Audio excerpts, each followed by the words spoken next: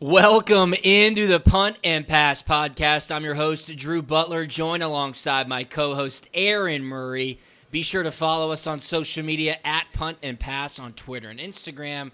I am at Drew Butler. Aaron is at Aaron Murray 11. And head on over to puntandpass.com to keep up to date on everything in the world of college football. Murray, it is so great to talk to you. Yesterday, we're recording on a Sunday. Shocking. Yesterday was awesome. The SEC was back. We had absolutely fantastic wall-to-wall college football all day long. And you were tuned in, tweeting left and right. Your boy Maddox was by your side. Break it down for me, man. How was the experience? It was awesome. First off, my game Friday night was better than anticipated. UTSA came in 2-0. Middle Tennessee was 0-2.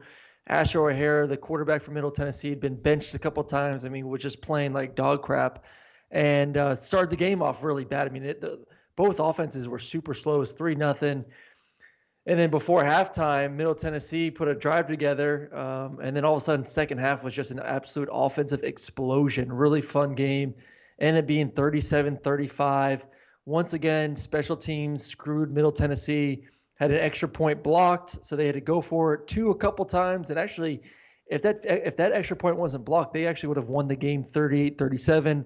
So big shout out once again to college kickers for making their name known in the bad way. Oh, yeah. Damn you, Drew. But no, it was nice. Got that game done with Friday, got home Saturday. And I told Sharon, go do a little brunch. She went with some friends, found a patio, had some fun. And I was like, I got little man, give me some milk. We're good to go. Some chips and salsa. Sat on my butt. I had 3 screens rolling. Love it. And it was, what made it so much better too? Obviously great football, or not just SEC football, but just the good quality of football for the majority of these games. Yeah, it's great amazing. games. We were bitching the first 2 weeks. Hey, it was football. It was great from these other conferences, but really sloppy at times. Yeah. Like a lot of sloppy football for the majority of SEC teams yesterday. Not all of them.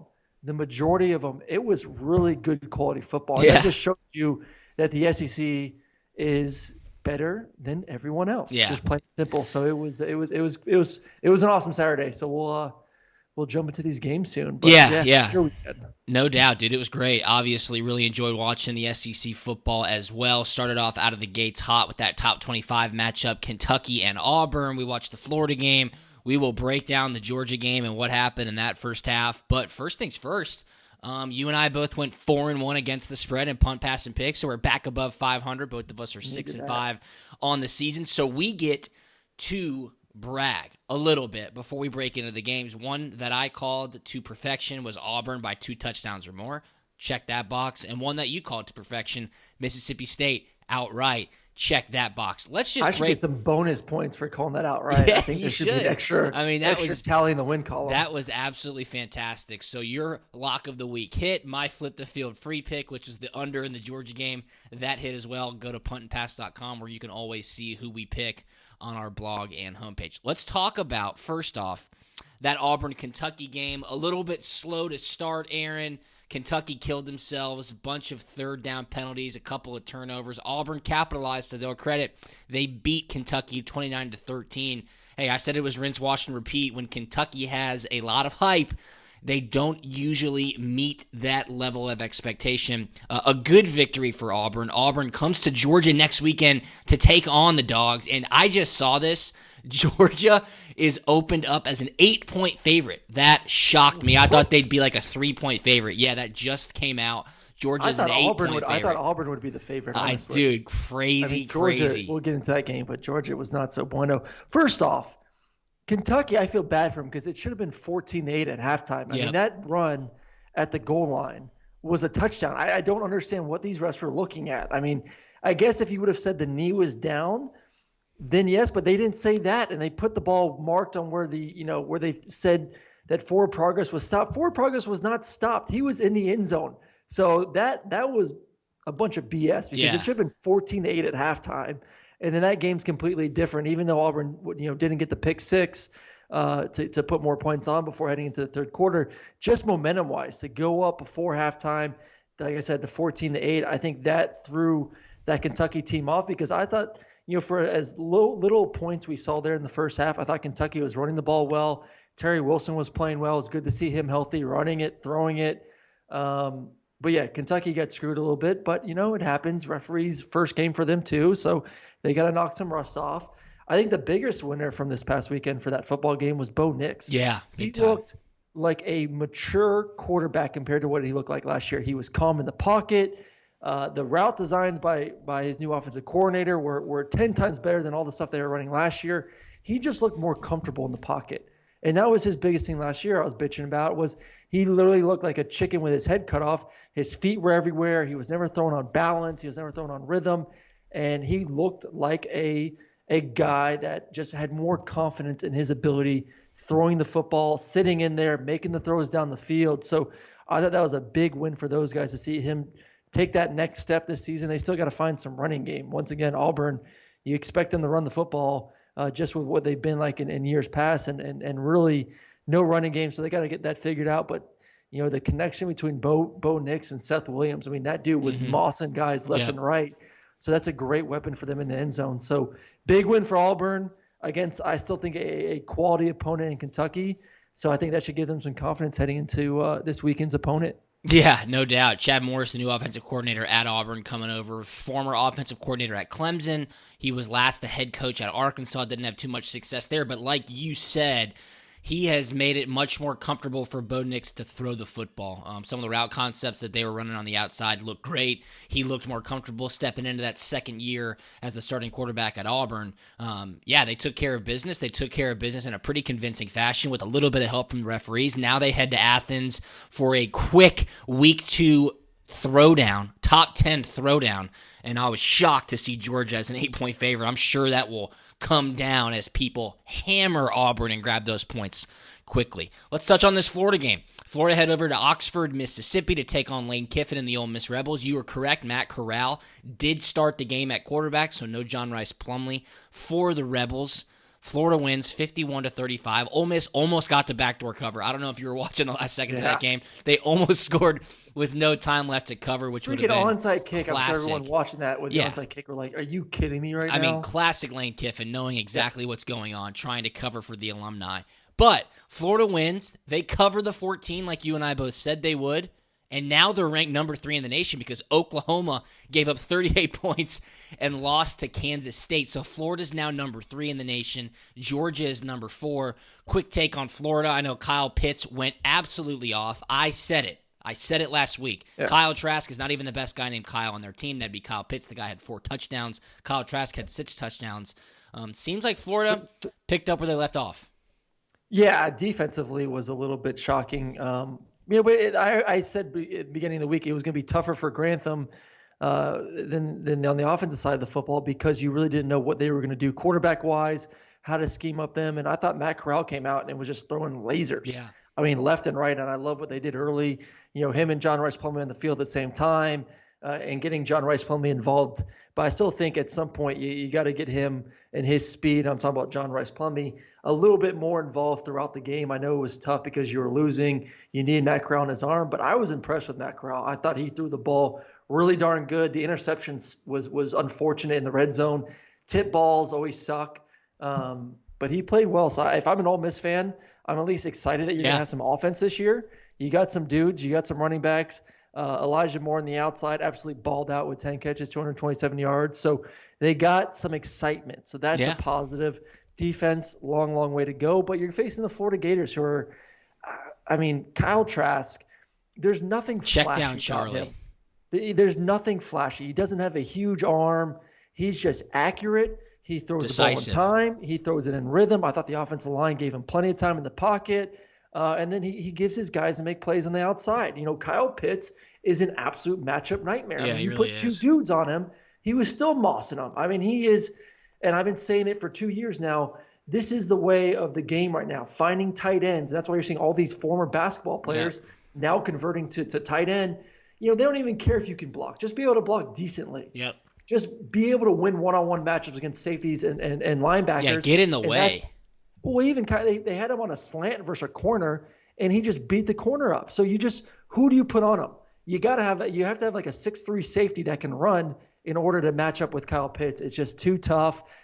Tony was special. Copeland, Grimes. I mean, the list goes on and on with the skill that's on this team. And then you throw in the fact that you had Emory Jones out there too that can mix it up offensively at the quarterback position and get some runs in as well. So Dan Mullen is loaded on that side of the football. Grantham, I'm sure, is going to get the defensive side right. They are going to be a tough team. They deserve to be that number 3 team. I mean, calm down, dude. Holy cow. I understand they look good. Yeah, I watched the game. They look good. They've got skill. To me, they deserve that top 5 spot. No, I agree with you there. I mean, they were a top 5 team to begin with, and I'm totally fine with putting them in front of Georgia after Georgia's abysmal first half against Arkansas. I mean, absolutely no offensive production. We'll get into that in just a few minutes. But that Grantham defense, man, they have some issues. They really do, and I tweeted it out. I think UCF would legitimately give Florida problems because they'd score on them. They would most definitely put points on the board and score on the Florida Gators. So that would be a great matchup. That's what I'm saying. That'd be a great matchup. But Florida takes care of business. They cover. I don't even know who they have next week. Do you know, Murray, who they take on next week? Because these week 2 games come at you quick. They're playing South Carolina. They play South Carolina. So they're going to host South Carolina in the Swamp. Florida's schedule looks pretty nice after this first weekend.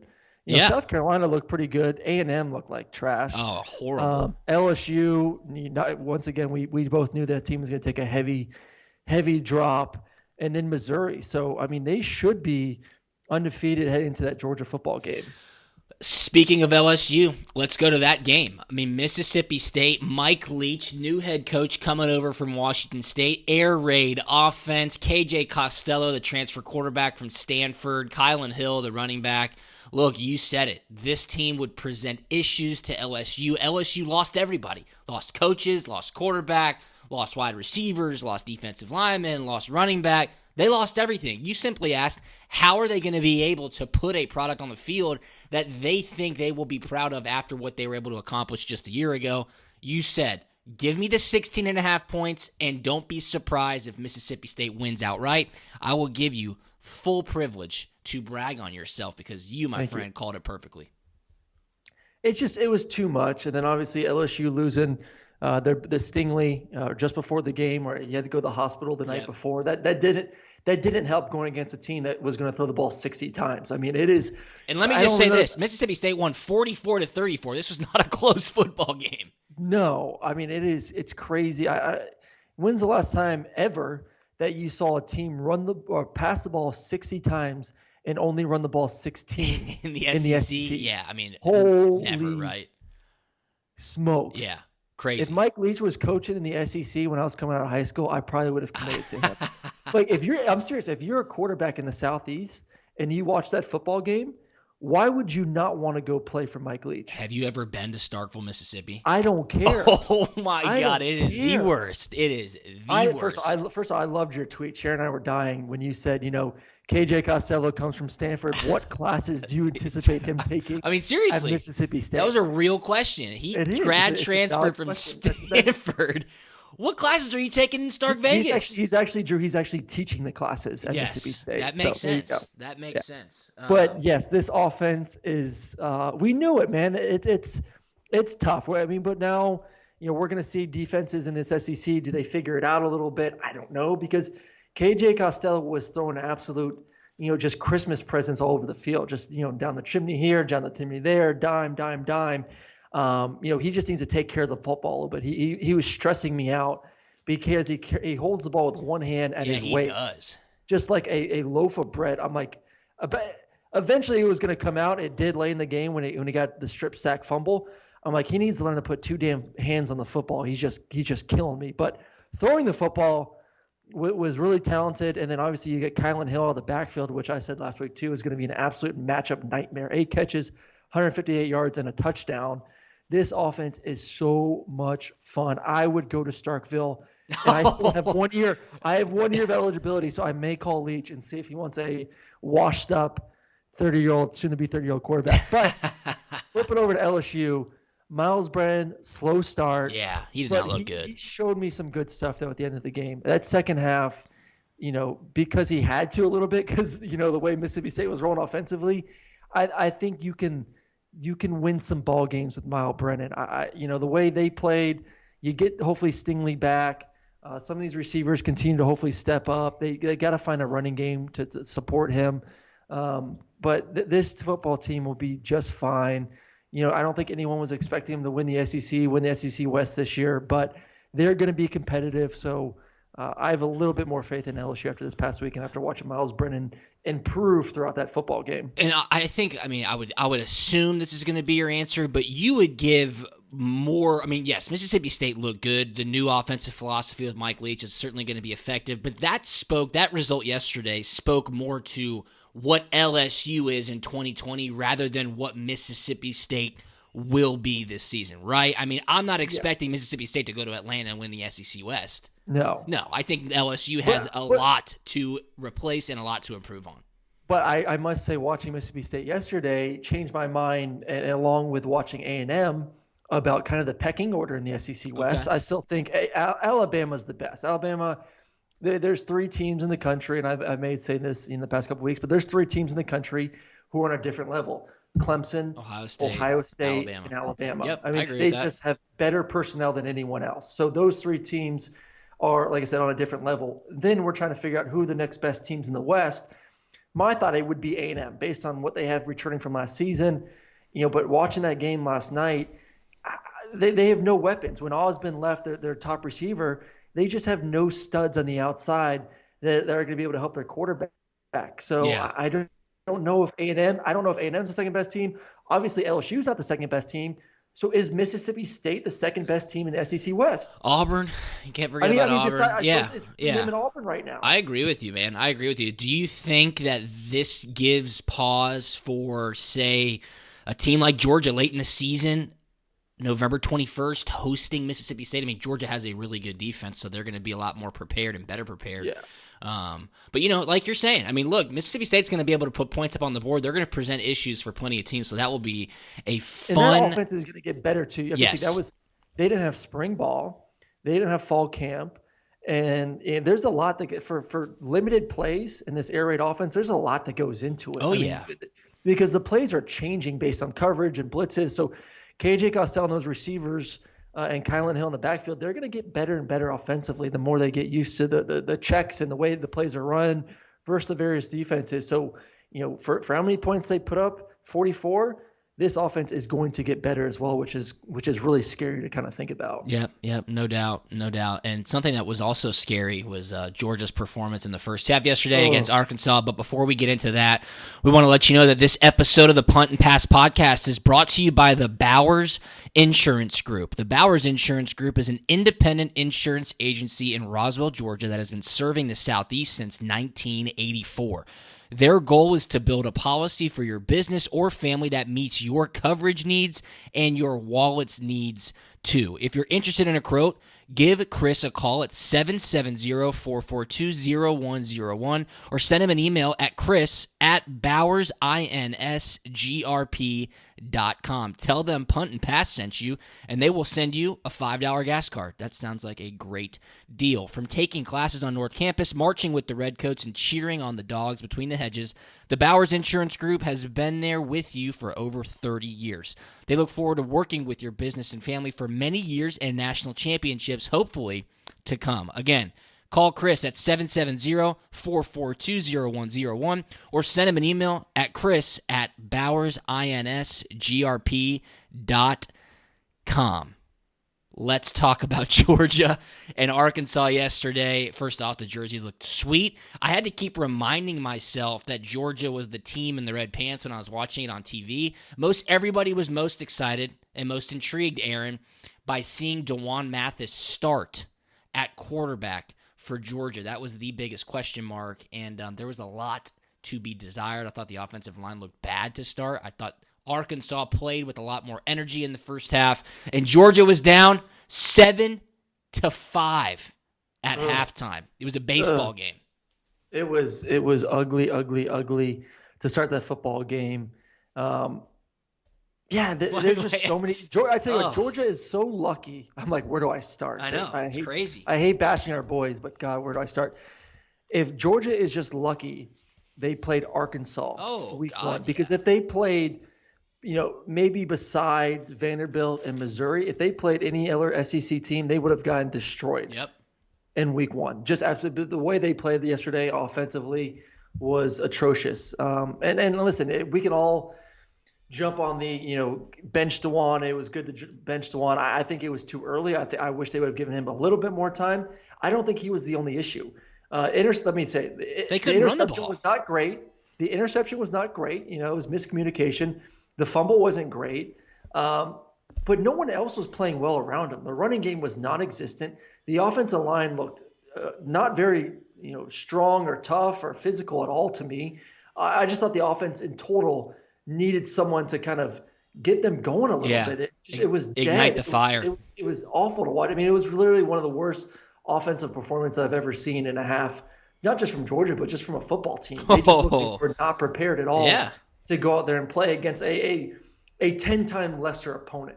I mean, I could see if they play like that versus in Alabama or someone, but this was Arkansas. So to play that bad in the first half was very disappointing to me. But they got to find a running game. They got to find some dudes on the outside. I mean, obviously we know we have Pickens, or Georgia has Pickens, but there just doesn't seem to be a lot of playmaking ability. I'll say that. Between the running backs and the receivers, there's no one where you can say, oh my God, I can throw a quick slant and that dude's going to take it for 70 yards for a touchdown. Yep. I mean, you look at a lot of the other teams in the SEC, they have playmaking ability like that. I just don't see that from Georgia. I see big guys that can kind of create some separation and body out and make a catch, but I don't see that top-end speed. So hopefully someone emerges in that playmaking ability this year at some point, but right now Georgia does not have that. Georgia's going to win games by running the football and playing great defense. They were lucky that Felipe Franks was the quarterback for Arkansas. Your boy Felipe. Felipe Franks was just giving out presents once again. The defense gave up a couple of drives here and there, but they're not going to be perfect. But they played really well and got the pick six, got 3 interceptions. So that defense saved their butts yesterday. And my last point, and then I'll throw it over to you. I feel perfectly comfortable with Stetson Bennett at quarterback. Okay. Listen. He's not going to wow you at the end of the day, but he's efficient, man. He's a great leader. Guys on the team respect him. He knows the offense. He understands defenses. He's a great game manager, and he can throw the ball well. Like, listen, he threw that dagger route that deep in the other day. That had some mustard on it. Yeah, it did. So, I mean, Stetson Bennett isn't going to go out there and throw 5 or 6 touchdowns, but Stetson's a guy that is going to be efficient. He's going to get the ball out of his hands. He's not going to take sacks. He's going to have high completion percentage, and most likely he's not going to lose you a ball game, which right now for Georgia, with the great defense, is maybe something that you want right now. So to me, he's a guy also that probably didn't get any reps in fall camp with the ones, probably got no reps during the week with the ones, and probably just got thrown out there and just say, hey, this good save luck. The day. Yeah. Hopefully you're better than Dewan Mathis right now in the way he's playing. So if he's going to be the guy, name him right now, let him get the reps and see what he can do versus Auburn next weekend. I hear you loud and clear, and I agree with you to a point about Stetson Bennett, but hearing you say Georgia's going to win games by running the football, Georgia's going to win games because they've got great defense, like that is just deflating to me because that is the entire reason that Todd Monken was brought in. Who do they have that can make the explosive plays? Well, I hear you. No and one. What hurts so you can't the just most? run an offense because you want to run an offense. I agree with you. What hurts the most is that Georgia doesn't know who's the quarterback. Like that. Like that's the worst thing. I mean, if JT Daniels gets cleared, Kirby talked about this yesterday in the post game press conference. He said whenever he gets cleared, he's going to have an opportunity to help us out. I liked hearing that, okay? But Georgia not knowing who their quarterback is going to be heading into week 2 top 10 matchup against number 7 Auburn, that is reason to be concerned. That is why they cannot open up the playbook. Tell me this, because we mention it a lot. Maybe it's just cliche to say, but when an offense or a team like Georgia plays somebody like Arkansas yesterday, when it's pretty much a foregone conclusion, Georgia's going to win the football game, and they have a humongous matchup the following week, as Georgia does with Auburn. When people say you don't open up the playbook, you don't show all your cards, that's real to a point, but Georgia really couldn't show anything yesterday because they didn't know how the hell to move the ball in the first half, right? I mean, or are people reading into that too much? Listen, this was possibly the worst timing in the world, and I'm going to defend Dewan Mathis here for a little bit, to be named the starting quarterback for Georgia. Yep. New offensive coordinator, no spring. Yep. and you weren't even the guy to start fall camp, so he wasn't getting reps with the ones. And then it's a competition up into the very first game. So how many reps did DeJuan Mathis get in this offense first, and how many reps did he get in this offense with the number one unit? So you pretty much are saying, hey, buddy, you haven't played football in 3 years. You haven't been hit in 3 years. Yep. You're coming back from major brain surgery last year. No spring ball, limited reps in fall camp, even more because it's a 4-way competition or a 3-way competition when Jamie Newman was there. Good luck week 1. I mean, you want to talk about setting a kid up for failure, and then, your offensive line's not getting going and the run game is non-existent. So, yeah, listen, I just think he was set up for failure. I hate defending him because he didn't play well, but I'm also defending him because I don't think he was set up to be able to go out there and execute maybe as well as he could have. No, you're 100% right. If you watch that game, it's not like he was sitting back in the pocket making bad throws or turning the ball over. He had no time. I mean, he was getting back, 5-step drop, and then scrambling for his life just trying to get to the sideline. He took a massive hit on the sideline, stayed in the game. Like, I thought he showed a lot of grit. He didn't get overly flustered. You didn't seem like he was out there frustrated. Like, I thought those were good things. And you said it exactly. Like, what are you defending? You're not defending his play. You're defending the situation that he had been thrown into first. And second, what was around him? They couldn't run the ball. There was no pass protection. Nobody could get separation. They couldn't do anything on offense. So once again, if you're a Georgia fan, though, I know you hired Monken for this offense, and I think Monken is a great offensive coordinator. I think he's going to get there with this offense. But at the end of the day, you just need to win football games. It will come eventually as you get the right personnel. But you can't just think because you have an offensive coordinator that your offense is all of a sudden going to evolve to this spread you out LSU of last year, Alabama offense that we see right now. That you have to have. It's not the X's and O's, it's the Jimmies and Joes. And they don't have the Jimmies and Joes to fit that offense. They've been recruiting big-ass offensive linemen for a powerful running game. Yeah, you're right. That's who their identity is. That's who they've been recruiting. Big running backs, strong running backs, and big offensive linemen, and maybe a couple good receivers. They haven't recruited a top dual-threat quarterback besides Justin Fields. I mean, that was one guy, and then he left. But they haven't really recruited anyone like that afterwards. Yep. They haven't recruited speedy receivers that are gray in the slot. They haven't recruited a bunch of speedy running backs. They haven't recruited offensive linemen that are built for the zone running game. They recruited big, powerful guys to match up with their defense.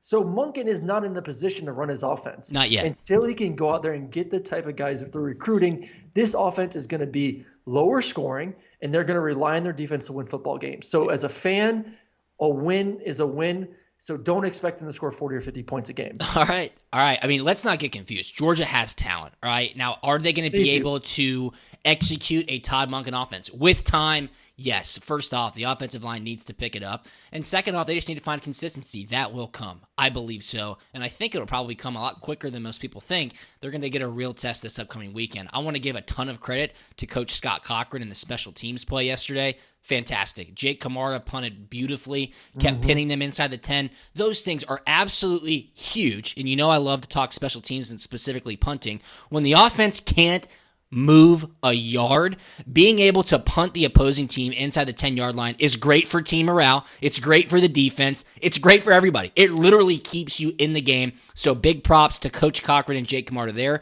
The return units looked awesome. They won the field position battle all day. Yeah, Arkansas is nothing special, but those things matter. And then defense. Defense is really solid. Richard LeCount, 2 picks. Eric Stokes, a pick 6. Getting to Felipe Franks. I thought the defensive line looked pretty good as well, Aaron. Georgia's loaded on defense. So lean into it. I agree with you. Lean into it. Play to your strengths. Let's do it. They're going to present a ton of issues for Bo Nix. Keep in mind, Georgia whooped up on Auburn last year. The score ended up a little bit closer than you think at the end of the game, thanks to a couple of fourth-quarter scores from Auburn. But Kirby's done really well against Auburn. This will be a great matchup, but huge hat tip to defense and special teams yesterday. Really, really giving them that needed spark and energy to turn it on in the second half. Yep, I'm with you. Lots improved, though, in the offense. Yeah. Lots improved. Yeah, game day's coming in town. Georgia's ranked number 4 now in the AP Top 25. Auburn's ranked number 7. It's a top 10 matchup. It's going to be at night on ESPN. It will be fantastic. I wonder if our buddy Sean McDonough is going to be on the call. He very well may be. I'll have to call him and check. Maybe get him to play some golf if he's in town. Last game. that we'll break down in the SEC. Just touch on this one quickly. It was right again on my part. You and I were absolutely aces on our predictions this week, but Tennessee, South Carolina was a fantastic football game. Awesome game. Two evenly matched teams. Tennessee, fun to watch with Garrett Tanner. You wait for him to mess things up. And I thought Colin Hill and South Carolina looked pretty good as well. Tennessee won this game 31-27 on the road. Tennessee, big win in week 1. Yeah, that was huge. I thought Garantano looked really comfortable in the system. I mean, it's year 2 under Jim Chaney, so you would anticipate him to have that comfort level, to play a little bit better, and he did. He took care of the football. He threw some great balls down the field. Ty Chandler ran the ball well. Josh Palmer, made some great plays on the outside. So I think they're starting to find some weapons to replace the receivers they lost last year. So I'm encouraged, man. I would be very encouraged if I'm a Vol fan. The defense stepped up, got a pick 6. And like I said, the offense played well. So if they can play like that this season, they're going to win a lot of ball games. So I was very encouraged by Jeremy Pruitt and those guys. And then same thing with South Carolina. Really, really happy with Coach Bobo in his first game for sure. Back as the offensive coordinator in the SEC again. I thought Colin Hill played really well for his first game. And he's going to get better and better as well. I mean, he's a guy who has not played a ton these past few years because he just keeps tearing his ACL. So he has to stay healthy. Yep. He has to continue to learn the speed of the defenses in the SEC, but he showed off his big arm. He showed off his ability to make plays. So I think this offense, along with Shi Smith and Bobo's ability to kind of move Shi around and get him the ball in unique ways, is going to be a team, too, that's going to get better and better. I thought those two teams, to me, for week 1, played exceptionally well. Yeah, they look ready to go. If I'm a fan base of both teams, I know you said last week, the losing team, their fan base is going to be super depressed. It sucks to lose. But I'm still very encouraged if I'm a South Carolina fan watching that football game this past weekend because Tennessee, to me, like I said, was a quality football team. I think a good football team. It was a great football game to watch. And I think both these teams have a lot of momentum working in the week 2. Yeah, no doubt. Tennessee with a big pick 6 in the second quarter. Like you said, these teams were ready to play. They gave us a great matchup in week 1, which was expected from punt and pass, and a huge win for Tennessee in week 1. Alabama took care of business, 38-19. They did not cover, but we did not pick that in punt, pass, and pick. And then the last game, or 2 last games I'll touch on. We mentioned Oklahoma lost. Texas beat Texas Tech 63-56 in an overtime battle. Can we just get rid of the Big 12? I mean, it's a joke. It's a total joke. They need to go. They do not deserve a spot in the playoffs. No. And while we're at it, let's get Florida State out of college football as well. They are horrible. God, I told you. How good is Miami though right now? They're really good. They're really, really good. Smokes. That was my like super lock. I texted a buddy yesterday and said I have never been more confident in a bet in my life than Miami minus 11.5. He said, wow. And I said, do not bet Florida State, bet Miami. This will be a cakewalk. And that's exactly what it was. 52-10. They jumped all the way up to number 8. Every time they touched the football, they were scoring points. I mean, Derek King and Cam Harris, their running back, and Rhett Lashley, my man, on offense are I told you, you add a quarterback with that kind of skill set and that ability, everyone else takes their game to another notch. Yeah. I mean, and then all of a sudden you're seeing Miami football games with celebrities at him again. A-Rod was in the house. I love it. Who was A-Rod sitting with? J-Lo, his wife. Wasn't she there with him or no? I'm sure J-Lo was there, but he was sitting with, gosh darn it, who was he sitting with? I don't know. Another A-lister. But all of a sudden, you get all these celebrities showing up to the Miami Hurricane games. Yeah, that's you got how it Ed should Reed be. as the culture coach. Hey, I love that. Helping guys out. This program is on the up and up right now this season. They're going to be – I'm excited when they play – when do they play Clemson? I'm not saying they're going to beat Clemson. Don't put words in my mouth. No, I won't. I just think it's going to be all of a sudden that game looks pretty fun. Yeah, there's no doubt. Next game, September 10th, Miami heads to Clemson. So that will be a fantastic matchup in 2 weeks. I'm sure game day will be there. Miami ranked number 8 now. I saw Brett McMurphy from Stadium rank them as the 3rd team in the country. So definitely interesting. And Rhett Lashley, probably coach of the New York Jets next year after this performance in his career just absolutely skyrockets. So feels great to be talking SEC ball, Murray. A lot of fun. Great matchups in week 2. We'll definitely break them all down later on this week with another awesome episode of Punt and Pass. You got anything on the way out, my man? No, just excited SEC ball's back. It was good to watch it this weekend, and it's good to know that we have SEC versus SEC for 9 more games the rest of the season. Yes. It's just a beautiful thing. I love these just SEC versus SEC matchups. Yeah, no doubt. No fluff, no buff, just hard-nosed, good football. It's exciting to watch. Absolutely. Jackie, my wife, said the same thing yesterday. She goes, I really like this. I wonder if they can just keep it that way. I go, well, I don't know, but it would be great, and I'm sure no chance. A 9-game season could be a possibility moving in the future. But thankful for what we have, and we will continue to keep you locked in right here on Punt and Pass. So be sure to follow us on social media at Punt and Pass on Twitter and Instagram. I'm at Drew Butler. Aaron is at AaronMurray11. Head on over to puntandpass.com, and we will talk to you later on this week. See ya.